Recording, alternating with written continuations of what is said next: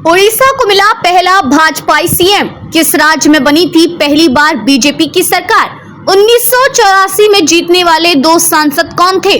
उड़ीसा में पहली बार किसी भाजपा नेता ने मुख्यमंत्री पद की शपथ ली है।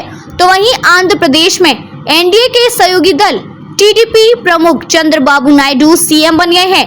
आइए आपको बताते हैं कि कब पहली बार देश में भाजपाई प्रधानमंत्री ने शपथ ली।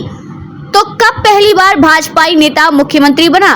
दो सांसदों से कर 303 और फिर 240 तक का सफर। भाजपा नेता नरेंद्र मोदी ने 9 जून को लगातार तीसरे कार्यकाल के लिए प्रधानमंत्री पद की शपथ लेकर देश के पहले पीएम जवाहरलाल नेहरू का रिकॉर्ड तोड़ दिया था। इसके तीसरे दिन यानी आज बुधवार को उड़ीसा में पहली बार किसी भाजपा नेता ने मुख्यमंत्री पद की शपथ ली है। तो वहीं आंध्र प्रदेश में एनडीए के सहयोगी दल टीडीपी प्रमुख चंद्रबाबू नायडू सीएम बन गए हैं। आंध्र प्रदेश और उड़ीसा में शपथ ग्रहण समारोह संपन्न होने के साथ ही भाजपा नेता एनडीए की सरकार वाले राज्यों की संख्या बढ़कर 20 हो गई है। जनसंघ और जनता पार्टी से भाजपा तक। जनसंघ का 1977 में जनता पार्टी में विलय हुआ था, लेकिन यहाँ भी वर्चस्व की लड़ाई जारी थी।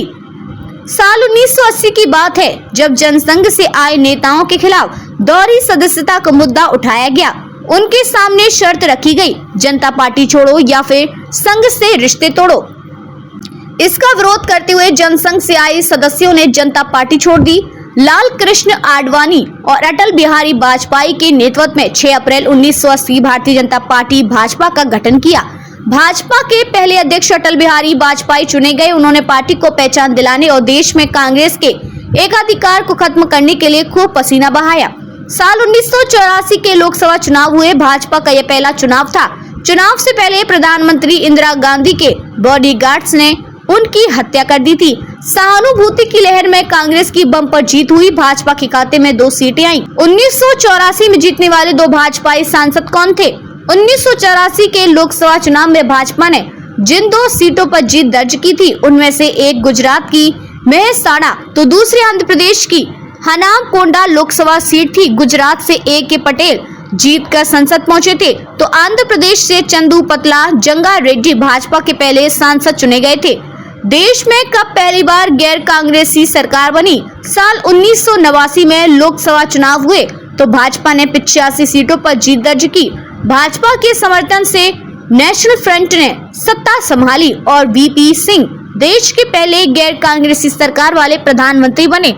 1989 में बोफोर्स घोटाले को मुद्दा बनाया तो 1990 में आडवाणी ने राम जन्मभूमि के समर्थन में सोमनाथ से अयोध्या तक राम रथ यात्रा निकाली। उस वक्त बिहार के मुख्यमंत्री लालू यादव के आदेश में आडवाणी को गिरफ्तार कर लिया गया और यह यात्रा कार सेवकों ने पूरी की। इसका परिणाम यह रहा कि 1991 में लोकसभा के चुनाव हुए तो भाजपा ने 120 सीटों पर जीत दर्ज की।